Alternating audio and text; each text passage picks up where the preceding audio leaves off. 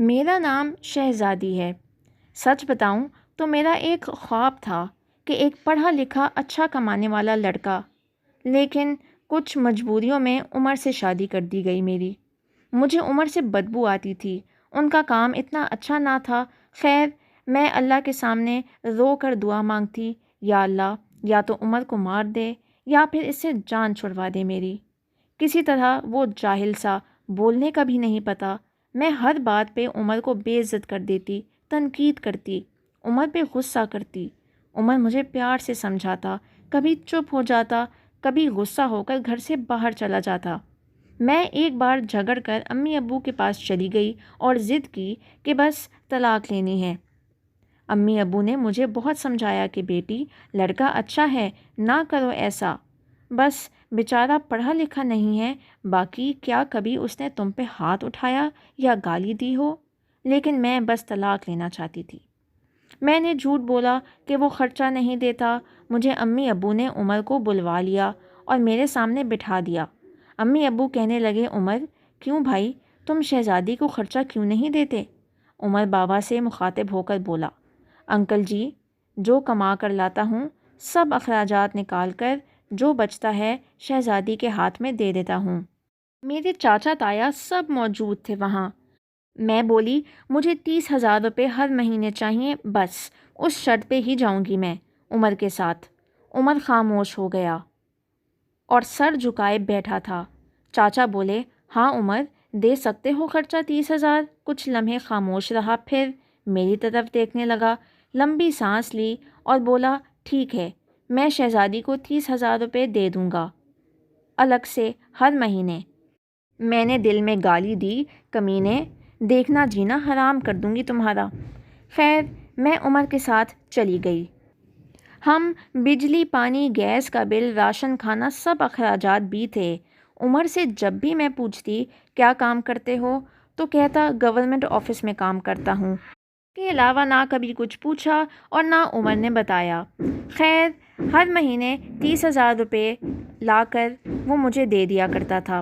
ایک دن میں نے کہا، مجھے آئی فون لے کر دو، میں بس اس کو تنگ کرنا چاہتی تھی کہ عمر مجھے کسی طرح طلاق دے دے۔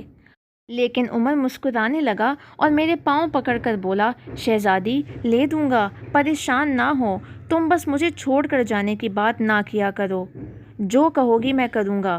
میں کبھی کھانے میں مرچ ڈال دیتی تو کبھی زیادہ نمک۔ وہ تھکا ہارا کام سے آتا، کھانا کھا کر بے ہوشی کی طرح سو جاتا۔ جانے کون سا کام کرتا تھا کہ اتنا تھک جاتا تھا؟ میں جتنی نفرت کرتی تھی اس جاہل سے، وہ اتنی محبت کرتا تھا۔ میں ایک دن اپنی دوست کے ساتھ کار میں شاپنگ کرنے جا رہی تھی، شہر کے سب سے مہنگے اور بڑے مال میں۔ جب ہم ایک بس اڈے کے پاس سے گزرے تو میری زندگی نے جو لمحہ دیکھا، میں بے جان ہو گئی۔ وہ عمر جسے میں بہت نفرت کرتی تھی، جس کو میں جاہل ان پڑھ کہتی تھی، جس کو کبھی میں نے پیار سے کھانا تک نہ دیا، جس کا کبھی حال نہ پوچھا تھا، جسے میں انسان ہی نہیں سمجھتی تھی، جسے میں قبول ہی نہیں کرنا چاہتی تھی، وہ عمر سر پہ بوجھ اٹھائے کسی کا سامان بس پہ چڑھا رہا تھا۔ ٹانگیں کانپ رہی تھیں، پرانے سے کپڑے پہنے، پسینے سے شرابور اور پاؤں میں ٹوٹی ہوئی جوتی پہنی ہوئی تھی۔ میں مر کیوں نہ گئی تھی؟ وہ میرے لیے کیا کچھ کر رہا تھا؟ اتنے میں ایک شخص بولا، اوئے چل یہ سامان اٹھا اور دوسری بس کی چھت پہ لوڈ کر۔ عمر کو شاید بھوک لگی تھی، ہاتھ میں روٹی پکڑی، رول کیا ہوا ساتھ روٹی کھا رہا تھا، ساتھ سامان اٹھا رہا تھا۔ میں قربان جاؤں، میرا عمر میرے لیے کس درد سے گزر رہا تھا۔ میں آنسو لیے دیکھتی رہی۔ کام ختم ہوا، وہاں سائڈ پہ ایک دکان کے سامنے زمین پہ بیٹھ گیا۔ کتنی بے بسی، تھکن تھی عمر میں، سارا دن وہاں درد سہنا اور رات کو میری باتیں۔ فارغ سر وہ حادثہ تھا یا اللہ کی مرضی؟ بس میرا دل بدل گیا۔ میں بن بتائے کچھ خریدے گھر واپس لوٹ آئی اور بہت روئی، بہت زیادہ۔ عمر کو پلاؤ پسند تھا، میں نے پلاؤ بنایا۔ عمر گھر آیا، میں اسے کھانا نہیں دیتی تھی، وہ خود گرم کر کے کھاتا تھا۔ گھر آیا، مجھ سے سلام کیا، کچن میں گیا، پلاؤ دیکھ کر بولا، شہزادی، آج تو آپ نے کمال کر دیا، 1 سال بعد پلاؤ کھانے لگا ہوں۔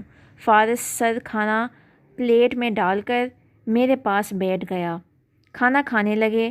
میں عمر کی طرف دیکھے جا رہی تھی۔ عمر کتنا درد سہتا ہے اور بتاتا بھی نہیں۔ میں کتنی اذیت دیتی ہوں، کوئی شکوہ تک نہیں کرتا۔ عمر پہ آج مجھے بہت پیار آ رہا تھا، دل چاہ رہا تھا سینے سے لپیٹ جاؤں۔ عمر نے کھانا کھایا، پھر جیب سے پیسے نکالے، کھانے لگا اور بولا، یہ لو شہزادی 30,000 روپے۔ میں چیخ چیخ کر رونے لگی۔ عمر کے پاؤں چوم لیے۔